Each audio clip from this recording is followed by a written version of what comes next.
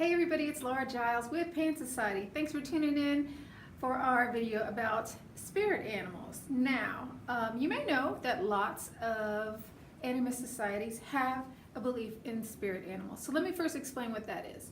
So it's pretty self-explanatory, really. It's an animal that is in spirit form. That's it. Super easy, right? So I don't want you to confuse this with totem animals. So totem animals is a completely different thing. We don't have that in Pan. If it's not part of your heritage, I would suggest not claiming this. So totem animal is an animal in spirit that belongs to your clan or tribe or community of some sort. And we don't tend to have clans or tribes in modern society, do we? So we just don't. So if you don't have that, then I would not even talk about that because it can be offensive to people who actually do have that in their cosmology. So clan system, Native Americans have a clan system, Irish, African tribes, I don't know if the Australian Aborigines do, but it's more like the tribal societies that live in a tribal system. So, and then there are power animals, and power animals refers to animals that belong to shaman. Now, I really hate the word shaman because words have meaning, and shaman is a term that comes from a language in Russia. And when you use that universally to mean something, then I feel like it takes away the power from the other cultures that have this same thing, but they're not quite the same thing. So when I'm talking about power animals, I'm talking about usually animistic, probably always animistic cultures who have a person who practices spirit medicine by walking in the spirit world. And they derive their power from their animal helper. We don't usually have that in our society either, do we? So if you do, go ahead and use that. But for most of us, what we're talking about are spirit animals, which are friendly helpers in the spirit form. Much like a, what would you call it? A spirit helper or a guardian angel, something like that. Now, first thing to know about spirit animals is we all have one, at least one, that comes in with us at birth. And this animal helps to hang out with us and wants to be with us because they can learn from us and we can learn from them. So we will have maybe an affinity for this animal. We may have some of the traits of this animal. Sometimes we don't have the traits of this animal, but they're here because they want to help us develop them. Really important point about this is that animals are not people. So if you think you're going to ask your serpent spirit helper about mundane stuff like, can you help me out with my boyfriend? Doesn't care. They're animals. They're really different than people. So if you try to use them in that way, you might be having an imagination thing going on. So there are, when you're new to this, and it does require some belief because, you know, if it's new and you have to suspend belief just to even try it. But if you're personifying your spirit animal, it's probably an imagination thing. So when we refer to animals, we generally refer to them as the name of the animal, like serpent, tiger, or coyote. It's not a coyote because each animal has the energy of every, whatever kind of animal that is. Every horse is this horse. But at the same time, your spirit animal horse is going to be different from my spirit animal horse because they all have personalities. So your horse might give you different qualities than my horse because you and I are different too, and we have different needs. So my horse might give me the qualities of freedom, and your horse might give you the qualities of earthiness or family or something like that. So you have to get to know, just like you need to go get to know the trees and everything.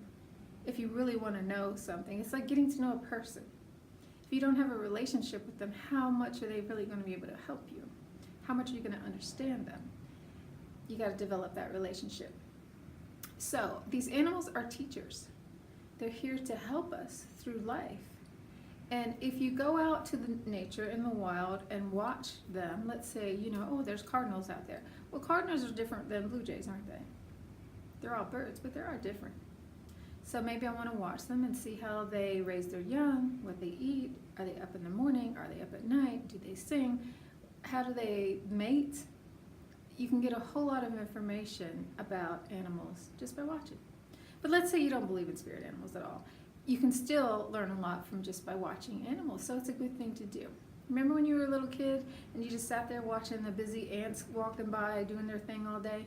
Or maybe you watched bees. I know I did. We have these bee bushes next to our house. Tons and tons of bees everywhere from these bushes. And we would just catch them and watch them. So you can learn a lot. And in addition to the birth animal, you might have animals that come in and out to help you with special things. For example, let's say that I have a problem with speaking out and being seen. So a lion might come in. Why is a lion? Because he's got this big hair and he's very easy to see. That can help me to be seen. Or maybe it's a peacock and he's got this big tail and he's very easy to see. So it might help me to stand up, to find my voice. Or it could be a loud bird with a big voice, wah, wah, wah, wah, that kind of thing. And so it helps me to find my voice. You can also call on animal energy to help you. So it's not my birth animal. It's not one that's coming to help me with a project, but I need something right now. So I'm stuck right now. For example, let's say that this is actually a true story. This happened to me. So I was outside and I locked myself out and there was a hidey key, but it was too dark and I couldn't see. And it was a combination kind of lock. So what's it going to do? So I called on, I'm thinking, who has really good eyesight? And so I thought, well, I'll call on Al. So I called on Al. I said, Al, please let me loan me your eyesight. And boop, the next time I tried it, popped right open. Now, you could say that it was a coincidence. You could say it was placebo effect. It was just luck, whatever, but it helped. So I'm claiming it, and you can try the same thing. It might work for you. One other thing I want to say about this is that you could have a mythological animal. So your spirit animal could be a dragon, or it could be a griffin, or a unicorn, or something like that. That can happen.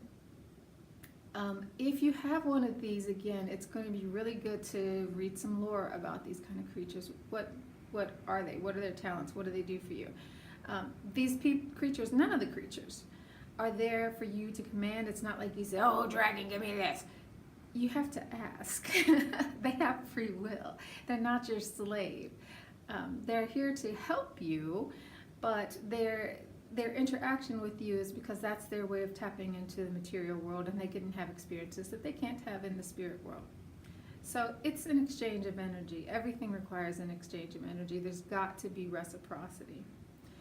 And if you have a mythological or trickster type animal, it's really important that you get to know them because they don't function like normal animals. I have a friend who has both. Her animal is both mythological and a trickster, and if you know her, she's just that ambitious, so it makes sense for her. So don't think that you have to have something big and mighty like an elephant, because even the littlest animals have magic. They have gifts. So if you have a little animal, love it, cherish it, learn from it. That's what it's there for. So let me know what your spirit animal is if you want to. Some people want to keep that secret. So looking forward to hearing from you. Hope you subscribe to our channel so that you don't miss a single episode. Thanks. Bye.